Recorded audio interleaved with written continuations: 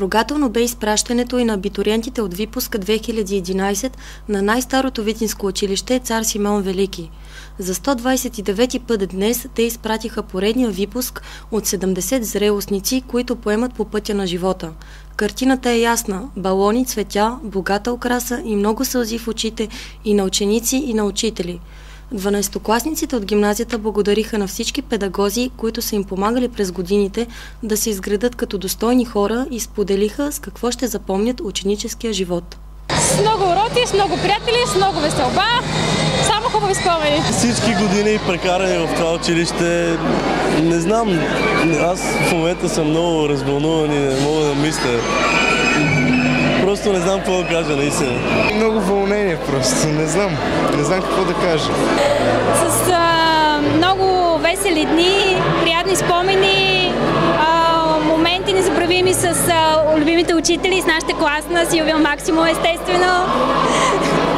С приятни моменти с училищни състезания, с много неща. Учителите също не скриха вълнението, че всъщност един клас от около 20 ученици, с които са били заедно 4 години, оставят следи за цял живот. Моя клас за пореден път ме изненада по най-точния начин, което означава, че на усилията, може би преди всичко критичните ми бележки през 4-те години са имали някакво значение, те да бъдат това, което са в този последен учебен час и ден.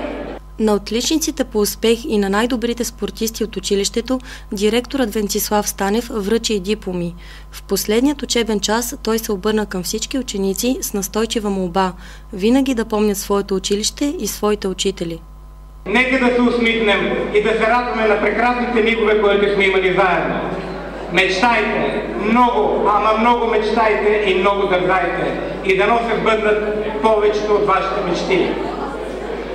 И заклевам ви, обичайте нашето училище, заклевам ви, обичайте нашия град, обичайте нашата родина, заклевам ви. А последният училищен звънец бе най-вълнуващият момент за всички присъстващи.